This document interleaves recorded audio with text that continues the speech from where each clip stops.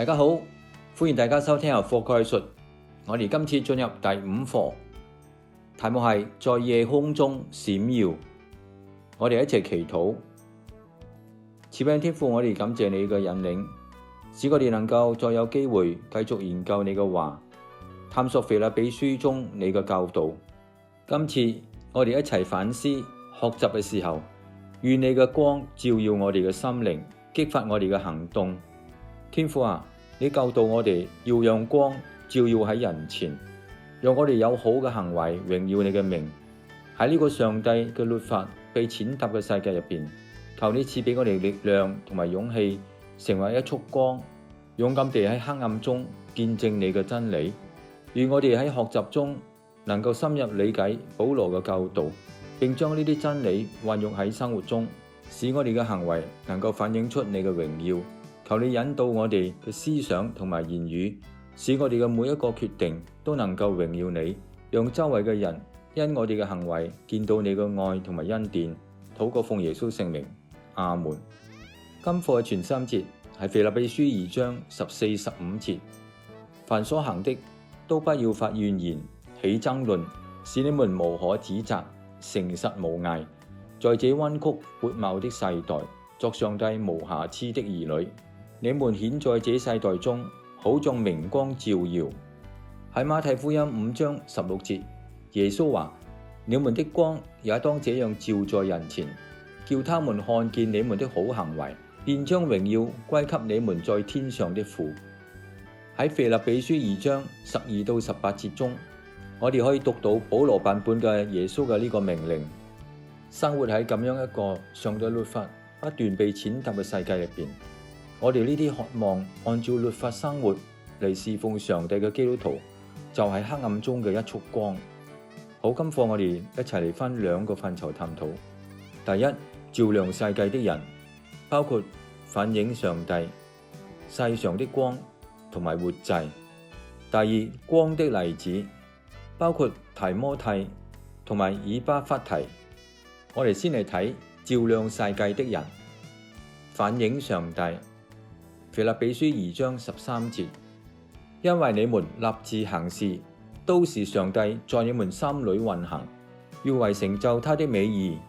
再巧妙地描繪咗耶穌所受嘅羞辱同埋如何被高舉之後，保羅又加上咗因此咁樣嘅表達，亦就係話，既然耶穌謙卑自己，又被尊崇，正如腓立比書2章11節所講，無不口稱耶穌基督為主，使榮耀歸於父上帝。那麼腓立比嘅信徒同埋包括我哋所有人都必須有所行動。我哋首要嘅任務係腓立比書2章12節所講嘅，當恐懼戰兢，造成我們得救的功夫。如果上帝係拯救我哋嘅主，咁樣我哋點解仲需要憂慮呢？喺呢度所講嘅恐懼戰兢係服侍上帝嘅同義詞，因此保羅強調，正係上帝在我哋心中產生行善嘅渴望，並賜俾我哋力量，使行善成真。接嚟我哋睇世上的光，腓立比書2章15節，使你們無可指責，誠實無偽，在這彎曲悖謬的世代，作上帝無瑕疵的兒女。你們顯在這世代中，好像明光照耀。保羅提出咗3個方面，使信徒在這世上閃耀。第一，保持合一。合作時，我哋之間唔應該有閒言碎語、批評、競爭或者爭吵。第二，行為要無可指責，以簡樸嘅心順服我哋嘅天父，與我哋周圍存在嘅罪惡同埋放蕩形成鮮明嘅對比。第三，忠於上帝嘅話語，我哋嘅行為同埋思想必須符合聖經嘅教導。黑暗最深嘅地方，光明最耀眼。喺個上帝被系統性拒絕嘅世界入邊，我哋基督徒必須以基督嘅光照耀。接嚟講到活祭，腓立比書2章17節，我以你們的信心為貢獻的祭物，我若被澆奠在其上，也是喜樂，並且與你們眾人一同喜樂。雖然保羅希望獲得自由，但佢亦有可能被定罪。佢將呢種可能性描寫為像電掣一樣被澆奠出來。奠祭或者獻酒係將液體倒在所獻嘅祭物上。呢度所指嘅祭就係腓立比人。腓立比人會死嗎？當然唔會。佢哋嘅犧牲係信心嘅服務。呢個係活祭，係所有人都必須獻俾上帝嘅祭。保羅唔介意死去，因為佢嘅見證會比嗰啲已經係為福音作忠實見證、勇敢講述福音、行為配得稱為上帝兒女嘅信徒們更多嘅力量。第二個範疇係光的例子。第一個例子係提摩太，腓立比書2章22節。但你們知道提摩太的明證，他興旺福音，與我同勞，待我像兒子待父親一樣。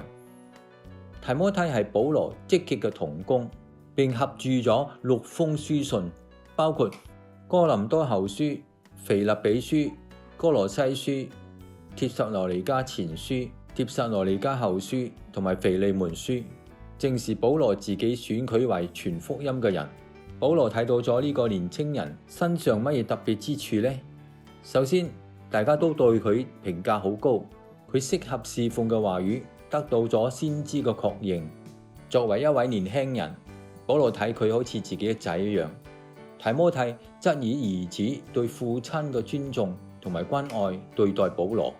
保羅認為佢同自己一樣係有效率嘅工作者，佢委託佢管理幾間教會，例如哥林多教會、腓立比同埋帖撒羅尼迦。佢亦好像保羅一樣被囚禁。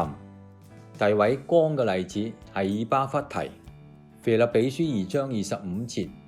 然而我想必須打發以巴弗提到你哋那裏去，他是我的兄弟，與我一同作工，一同當兵，是你們所差遣的，也是供給我需用的。當腓立比人得知保羅被囚禁喺羅馬時，決定派遣助手嚟到幫助佢，並滿足佢嘅需要，包括支付房租、食物同埋衣物等。以巴弗提負責將呢啲幫助帶俾使徒保羅。以巴弗提唔單單係提供咗保羅嘅援助，還陪伴保羅，幫助佢解決佢嘅需要，並協助傳播福音。出於對福音嘅熱忱，佢冒着生命嘅危險，最終患上咗嚴重嘅疾病。腓立比人聽到呢啲話之後，非常擔心佢。呢個亦都係保羅決定派佢去傳達書信嘅主要原因。保羅要求要尊重像他這樣的人。以巴弗提無疑係一位虔誠嘅基督徒，係你必得能力。懷愛倫話：當我哋嘅中保耶穌喺天上為我哋代求時，聖靈就在我哋心中做工作，使我哋立志行事都遵行他的美意，全天庭都關懷着人類嘅得救。所以我哋仲有咩理由懷疑主不會或不願意幫助我哋呢？我哋教導別人嘅人，自己必須保持與上帝密切聯繫。我哋應當喺精神同埋言語上成為人嘅泉源，因為基督已經喺我哋心中成為活水嘅泉源，直湧到永生。憂傷與痛苦可能考驗着我哋嘅忍耐同埋信心，但那看不見嘅主嘅榮光卻與我哋同在。我哋必須把自己藏在耶穌後邊，願意耶穌喺我哋心中成為活水嘅泉源，讓我哋成為光，成為鹽。好啦，我哋今課嘅概述到呢度結束，我哋下一課再見，拜拜。